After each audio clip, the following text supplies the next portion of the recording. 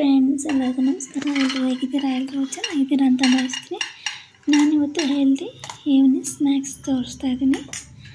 ತುಂಬ ಒಳ್ಳೆಯದು ಹೆಲ್ತಿಗೆ. ಆಚೆ ಬೋಂಡ ಬಜ್ಜಿ ಕರ್ದಿದ್ದು ಹುರಿದಿದ್ದು ತಿನ್ನೋದಕ್ಕಿಂತ ಈ ಥರ ತಿಂದರೆ ಹೆಲ್ತ್ಗೂ ತುಂಬ ಒಳ್ಳೆಯದಿರುತ್ತೆ. ಬನ್ನಿ ಹೇಗೆ ಮಾಡೋದು ಅಂತ ನೋಡೋಣ. ಫಸ್ಟು ಸೋಯಾ ಚಂಕ್ಸ್ ಇದೆಯಲ್ಲ, ಅದನ್ನ ಸ್ವಲ್ಪ ಬಿಸಿನೀರಲ್ಲಿ ಹಾಕಿ ಸ್ವಲ್ಪ ಬೇಯಿಸ್ಕೋಬೇಕು 1 ನಿಮಿಷ. ಆಮೇಲೆ ಅದನ್ನು ಸೋಸಿಬಿಟ್ಟು ಈ ಥರ ಸೋಸಿಬಿಟ್ಟು ಸ್ವಲ್ಪ ತಣ್ಣೀರು ಹಾಕಿದ್ಮೇಲೆ ಆಮೇಲೆ ಆ ಥರ ಚೆನ್ನಾಗಿ ನೀರು ಹಿಂಡ್ಕೋಬೇಕು.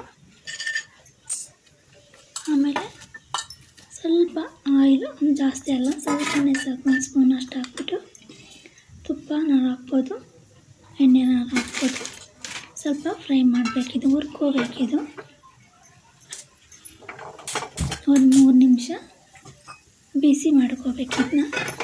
ಅದೇ ನೀರಂಶ ಏನಿರಬಾರ್ದು ಆ ಥರ.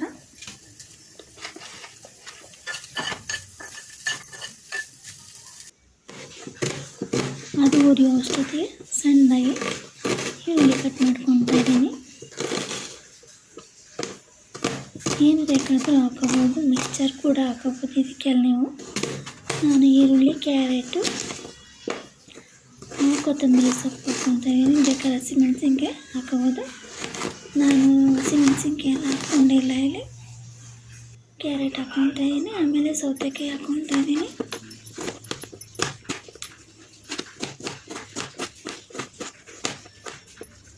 ಟೀ ಟೈಮ್ಗೆ ಮಕ್ಕಳಿಗೆ ಹಾಲು ಕೊಡಬೇಕಾದ್ರೆ ಇದು ಚೆನ್ನಾಗಿರುತ್ತೆ ತಿನ್ನೋದಕ್ಕೆ. ಒಳ್ಳೆಯದು ಕೂಡ ಬೇರೆ ಎಲ್ಲ ತಿನ್ನೋದಕ್ಕಿಂತ. ಅಷ್ಟೊತ್ತಿಗೆ ಅದು ರೆಡಿ ಆಗೋತ್ತಿಗೆ ಹಾಲು ಬಿಸಿ ಮಾಡಿಬಿಟ್ಟು ಓಟ್ಸ್ ಹಾಕ್ತಾಯಿದ್ದೀನಿ. ಇದ್ರ ಜೊತೆ ಸ್ನ್ಯಾಕ್ಸ್ ಜೊತೆ ಈ ಹೆಲ್ದಿ ಡ್ರಿಂಕ್ ಥರ ತುಂಬ ಒಳ್ಳೆಯದು ಹೆಲ್ತಿಗೆ. ಟೀ ಕಾಫಿ ಕುಡಿಯೋದಕ್ಕಿಂತ ನಮಗಿಂತ ಸಣ್ಣ ಮಕ್ಕಳಿಗೆ ಒಳ್ಳೆಯದು. ಆಮೇಲೆ ಹೆಚ್ಕೊಂಡಿರೋದನ್ನೆಲ್ಲ ಒಂದು ಬೌಲಿಗೆ ಹಾಕ್ಕೊತಾ ಇದ್ದೀನಿ.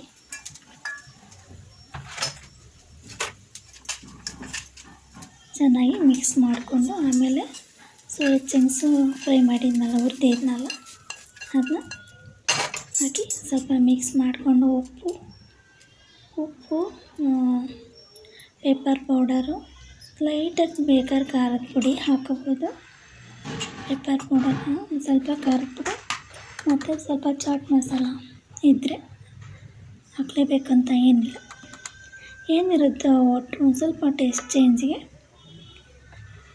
ಹಾಕ್ಕೊಳೋದಷ್ಟೇ. ಚೆನ್ನಾಗಿ ಮಿಕ್ಸ್ ಮಾಡ್ಕೊಂಡ್ಬಿಟ್ಟು ಇನ್ನು ತುರಿದು ಕೂಡ ಹಾಕೋಬೋದು. ಹೆಚ್ಚು ಹಾಕ್ಕೊತೀವಿ ಅನ್ನೋಕ್ಕಿಂತ ತುರಿದು ಹಾಕ್ಕೊಂಡು ಚೆನ್ನಾಗಿರುತ್ತೆ. ಕ್ಯಾರೆಟ್ನ ಬೇಕಾದ್ರೆ ಬೀಟ್ರೂಟ್ ಕೂಡ ಹಾಕೋಬೋದು.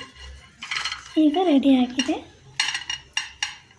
ಇನ್ನು ಹಾಲು ಜೊತೆ, ಟೀ ಜೊತೆ, ಕಾಫಿ ಜೊತೆ, ಏನು ಜೊತೆನಾದ್ರು ಕುಡಿಬೋದು. ಹೆಲ್ತ್ ಅಂತ ಬಂದಾಗ ಓಟ್ಸ್ ಜೊತೆ ಹಾಲು ತೊಗೊಂಡು ಚೆನ್ನಾಗಿರುತ್ತೆ. Thank you.